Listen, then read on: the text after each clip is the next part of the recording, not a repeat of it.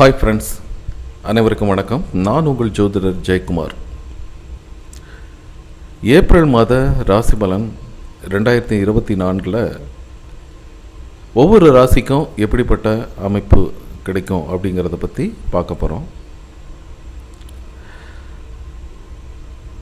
April மாதத்தில் ராசி பலன் அதனுடைய கோள்களின் நிலைகள் அப்படின்னு பார்க்கும் பொழுது மீனம் ராசியில் இருக்கிற சூரிய பகவான் மேஷம் ராசிக்கு நுழையிறாரு, என்ட்ராகிறாரு. ஸோ சித்திரை மாதம் 1ஆம் தேதி பிறக்குது. அந்த இடத்துல சூரியன் மிக உச்ச பலத்தை பெறுகிறார். மேஷம் ராசியினுடைய குரு பகவானும் 12ஆம் இடத்து அதிபதியான குரு பகவான் மேஷ ராசியிலே இருக்கிறாரு. உங்களுக்கு 2ஆம் வீடு மற்றும் 7ஆம் வீட்டும் அதிபதியாகிய சுக்கிர பகவான் 12ஆம் இடத்துல உச்சமாகிறார். 3ஆம் இடத்திற்கும் 6ஆம் இடத்திற்கும் அதிபதியான புதன் பகவான் 12ஆம் இடத்துல நீசமாக இருந்தாலும் சுக்கிரன் உச்சமாக இருக்கும் பொழுது நீசபங்க ராஜயோகத்தை கொடுக்கிறாரு. கூட ராகு இருக்கிறாரு. ஸோ சுக்கிரன், ராகு, புதன் நட்பு கிரகங்கள். கும்பம் ராசியில் பொறுத்த வரைக்கும் பார்த்தீங்கன்னா சனி, செவ்வாய், அதே போல் கன்னி ராசியில் கேது பகவான். இதுதான் கோள்களின் நிலைகள் அப்படின்னு சொல்லப்படுவது. நம்மளுடைய சேனலை புதுசாக பார்க்குறவங்களா இருந்தால் சப்ஸ்கிரைப் பண்ணுங்கள். இந்த பதிவு ஒவ்வொரு ராசிக்கும் வந்துகிட்டு இருக்குங்க. பிடிச்சிருந்தா லைக் பண்ணுங்கள், பிடிக்கலாம் டிஸ்லைக் பண்ணுங்கள். உங்களுடைய ஆரோக்கியமான கமெண்ட்டு கொடுங்க. வாங்க இந்த ராசிக்காரர்களுக்கு எப்படிப்பட்ட பலன்கள் கிடைக்கும் அப்படிங்கிறத பற்றி பார்ப்போம். ரிஷபம் ராசிக்காரர்களுக்கு இந்த ஏப்ரல் மாதம் 2024 எப்படிப்பட்ட பலன்களை கொடுக்க போகுது அப்படின்னு பார்க்கலாங்க. ரிஷபம் ராசி கோள்களின் நிலைகள் அப்படின்னு ஏற்கனவே பார்த்துருப்பீங்க. ஒரு 12ஆம் இடத்துல குரு சூரியன் மற்றும் 11ஆம் இடத்துல ராகு, புதன், சுக்கிரன், 10ஆம் இடத்துல அப்படின்னு பார்க்கும்போது சனி, செவ்வாய், அதே போல் உங்களுடைய 5ஆம் இடத்துல கேது பகவான். இதுதான் உங்களுடைய கோள்களின் நிலைகள் அப்படின்னு சொன்னாலும் உங்களுடைய ராசிநாதன் எப்படிப்பட்ட அமைப்பில் இருக்கிறாரு அப்படின்னு பார்க்கும்பொழுது உங்களுடைய 11ஆம் இடத்துல லாபஸ்தானத்தில் ராகு மற்றும் புதனுடைய கூட்டணியில் இருக்கிற புதன் அங்கே 2ஆம் இடத்து அதிபதி, 2ஆம் இடத்து மற்றும் 5ஆம் இடத்து அதிபதியாகிய புதன் பகவான் உங்களுடைய 11ஆம் இடத்துல நேசமாக இருந்தாலும் உங்களுடைய ராசிநாதன் சுக்கிரன் மிக்க பக்க பலமாக இருக்கிறாரு, நல்லா உச்சமாக இருக்கிறாரு. அப்படிங்கிற பட்சத்தில் அது பங்கம் ஆயிடுச்சுங்க. அது நீசபங்க ராஜயோகத்தை உங்களுடைய புதன் பகவான் அப்படிங்கிறவர் வழங்குறாரு. அதே சமயம் உங்களுடைய 4ஆம் அதிபதி அப்படிங்கிற சூரிய பகவான் பார்த்தீங்கன்னா உங்களுக்கு 12ஆம் இடத்துல இருக்கிறதுனால சூரியன் அந்த இடத்துல உச்சமாக இருக்கிறதுனால தாயாரின் உடல்நிலையில் சற்று கவனமாக இருக்கணும். வண்டி வாகனங்கள் போகும்போது வரும்பொழுது சற்று கவனமாக இருக்கணும். ஹெல்த் இஷ்யூஸில் கொஞ்சம் கவனமாக இருக்கணும் அப்படிங்கிறது தான். ஏன்னா 11ஆம் இடத்து அதிபதி குரு பகவான் 12ஆம் இடத்துல இருக்குன்னா லாபமும் வரும் அப்படிங்கிறது இருந்தாலும் கொஞ்சம் செலவுகளும் அந்த இடத்துல காத்திருக்குது அப்படின்னு தாங்க சொல்லப்படுது. அதே சமயம் சனி, செவ்வாய் அப்படிங்கிற 10ஆம் இடத்துல இருக்கிறதுனால பதவி யோகம் மற்றும் வேலை வாய்ப்பு இதெல்லாம் சிறப்பாக இருந்தாலும் வேலையினால் நல்ல ஒரு நன்மைகள், பொருளாதாரத்தில் மேன்மையான சூழ்நிலைகள், வியாபாரத்தை முன்னின்று நடத்தி அதை நல்ல ஒரு வெற்றி, அது நல்ல ஒரு விரிவுபடுத்துகின்ற தன்மைகள் இதெல்லாமே சிறப்பாக இருந்தாலும் சனி, செவ்வாய் அப்படி கூட்டணி அப்படிங்கிறது 10ஆம் இடத்துல இருக்கிறதுனால தேவையில்லாத ஒரு டென்ஷன், அலைச்சல், திருச்சல் அந்த மாதிரியெல்லாம் கொஞ்சம் ரிஷபம் ராசிக்காரர்களுக்கு ஒரு அமைப்பு இருக்குது.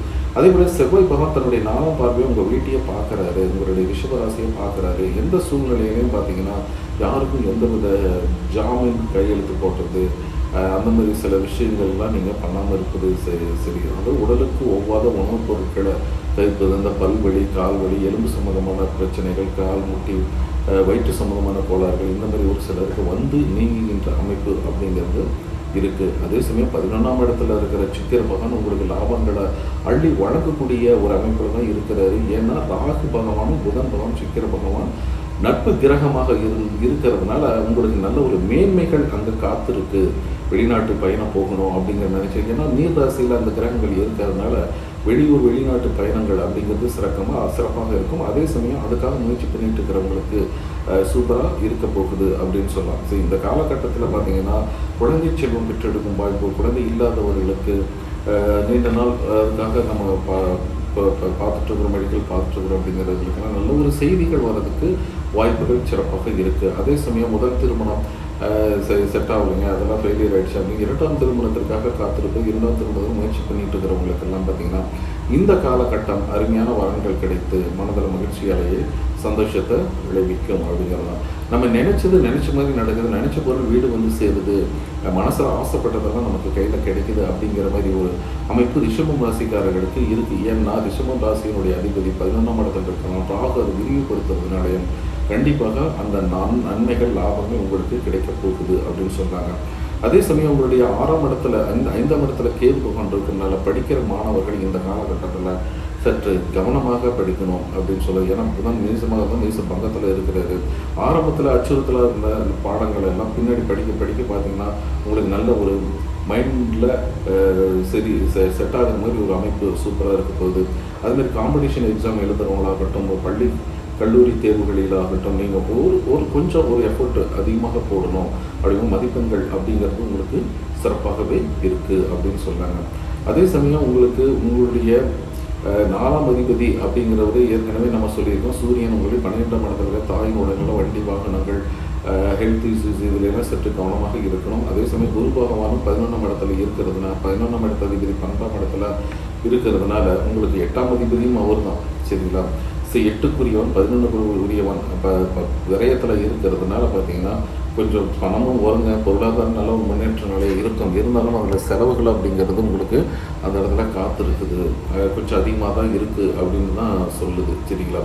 அதே சமயம் 5ஆம் இடத்துல கேது பவனாக பூர்வீகத்தில் இருக்கிற குலதெய்வம், இஷ்ட தெய்வம் இந்த ஆலயங்களுக்கு நீங்கள் சென்று பிரார்த்தனை அப்படிங்கிறதெல்லாம் பண்ணும் பொழுது ஆன்மீகமான நிலைகளை நீங்கள் அதிகமாக கவனத்தை செலுத்தும் பொழுது நல்ல ஒரு முன்னேற்றமான நிலைமைகள் அப்படிங்கிறது நல்லாவே இருக்குது. என்ன மைனஸ் அப்படின்னு பார்த்தீங்கன்னா உங்களுடைய ராசிநாதன் அப்படிங்கிறது சுக்கிர பகவான் ராகு புதனுடைய கூட்டணியில் இருப்பது ஒரு நல்ல ஒரு ப்ளஸ் தான். மைனஸுங்கிறது வந்து வரவு இருக்குது, செலவு இருக்குது, ஹெல்த் இஷ்யூஸில் கொஞ்சம் கவனமாக இருக்கணும். அதே சமயம் படிக்கும் மாணவர்கள் கொஞ்சம் கான்சென்ட்ரேட் பண்ணி படிக்கணும். செவ்வாயின் பார்வை இருக்கிறதுனால யாருக்கும் படப்படன்னு பேசுறது, கோபமாக பேசுறது, இந்த மாதிரி இஷ்யூஸ் எல்லாம் கொஞ்சம் வரதுக்கு வாய்ப்பு இருக்குது.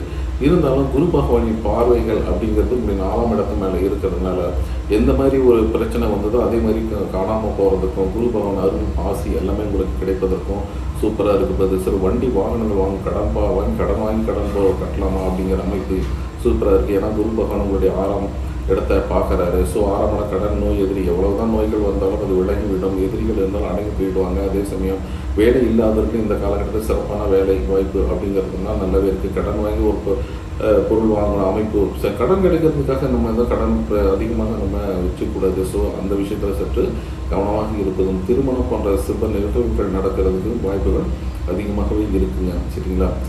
இது பார்த்தீங்கன்னா நம்ம ஒரு பொதுவான ஒரு ஜென்ரல் ப்ரெடிக்ஷன் தான் நம்ம சொல்லியிருக்கோம். உங்களுடைய சுய ஜாதகத்தில் இருக்கிற கோள்களை, நிலைகள், தசாபுத்திகள் இதெல்லாம் வச்சு 100% ப்ரெடிக்ஷன் சொல்லலாம். இதற்காக எங்கிட்ட ஒரு கன்சல்டேஷன் ஜாதகம் பார்த்துக்கணும் அப்படின்னு விருப்பப்பட்டீங்கன்னா ஸ்க்ரீனில் இருக்கிற என்னோட வாட்ஸ்அப்பில் கான்டக்ட் பண்ணி மெசேஜ் பண்ணுங்கள். அதுக்குரிய கட்டணங்கள் சுற்றி பார்த்துக்கலாம்.